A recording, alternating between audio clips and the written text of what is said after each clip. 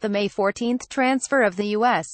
Embassy in Israel from Tel Aviv to Jerusalem, in accordance with President Donald Trump's controversial decision 5 months earlier, which coincided with the commemoration by Palestinians of their national grief stemming from the creation of Israel as well as with the beginning of the Muslim holy month of Ramadan, led to mass demonstrations by Palestinians on the Gaza boundary fence and the death of over 60 Palestinians.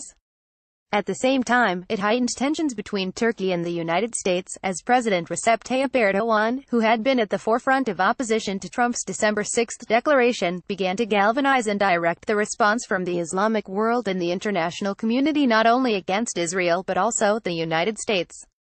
Erdogan had reiterated his objections to Trump's move on CNN International on May 8, characterizing it as a huge mistake, which the United States needed to reverse as it had nothing to gain from it.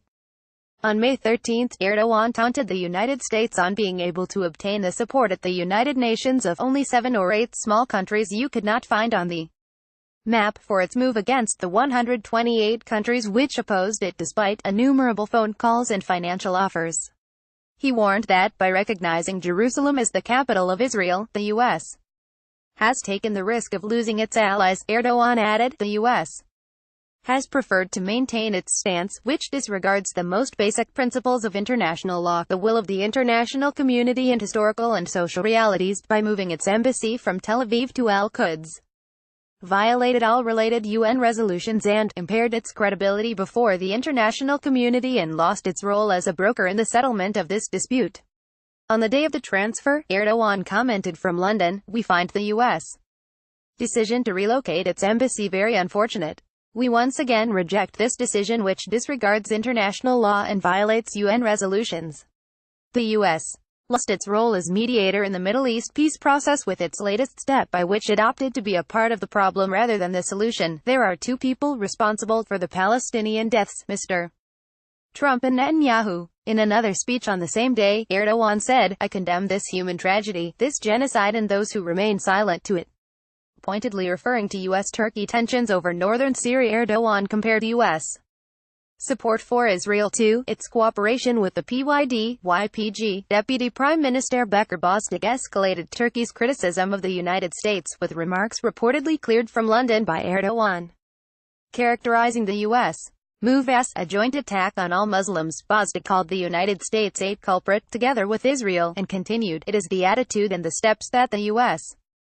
has taken that caused this massacre. There is Palestinian blood on the U.S.'s hands. We strongly condemn the U.S. administration and the terrorist Israeli state for the injustice, tyranny, and massacre they have committed." The Turkish Foreign Ministry followed up by formally condemning the action as legally null and void, and warned that the United States would be fully responsible for the repercussions.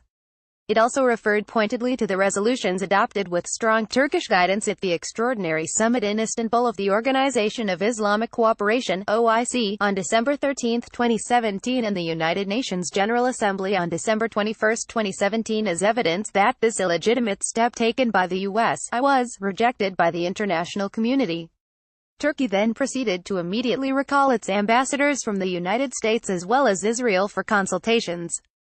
It also summoned to the Foreign Ministry Israel's ambassador, who had arrived in Ankara in 2016 as part of the U.S.-sponsored rapprochement after the long diplomatic break caused by the Mavi Marmara flotilla incident in 2010, to inform them that it would be appropriate for him to go back to his country for some time.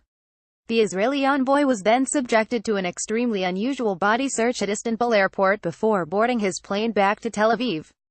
As Turkey began 3 days of official mourning on May 14, which Erdogan said showed that the Turkish people stood in solidarity with our Palestinian brothers. Turkish demonstrators targeted Israeli and U.S. embassies in Ankara.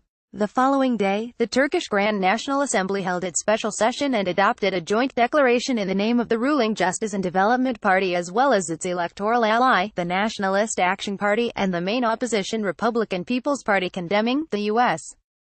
and Israel for their disregard for the UN decision and defiance of the universal values and will of the international community.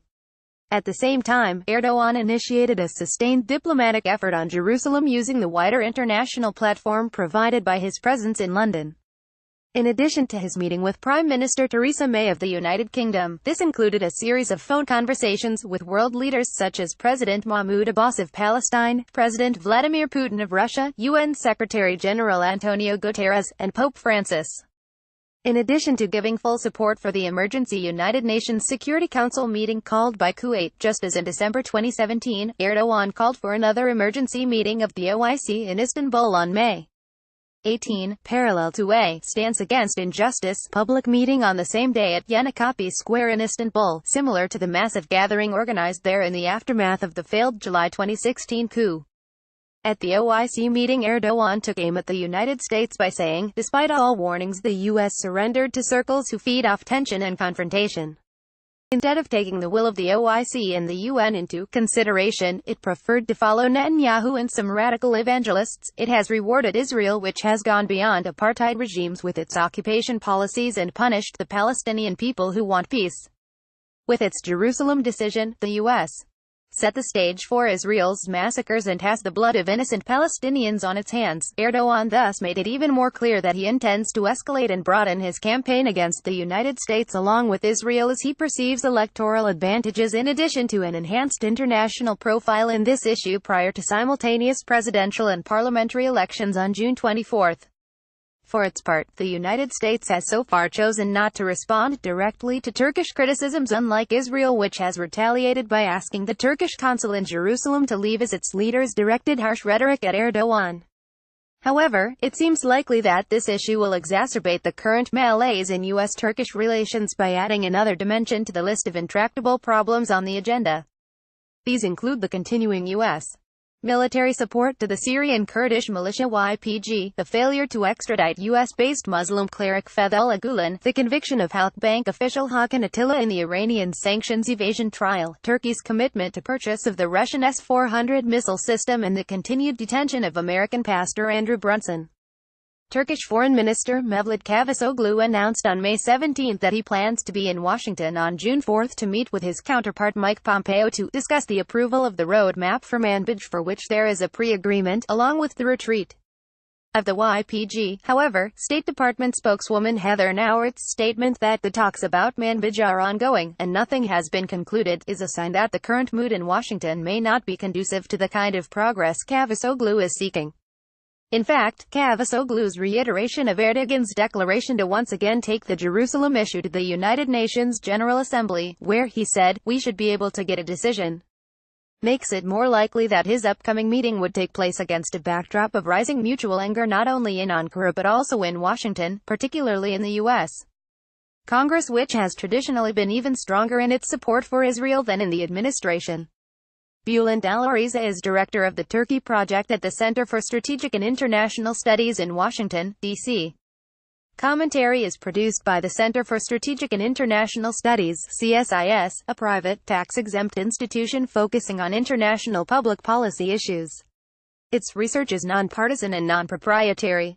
CSIS does not take specific policy positions. Accordingly, all views, positions, and conclusions expressed in this publication should be understood to be solely those of the authors. Copyright 2018 by the Center for Strategic and International Studies. All rights reserved.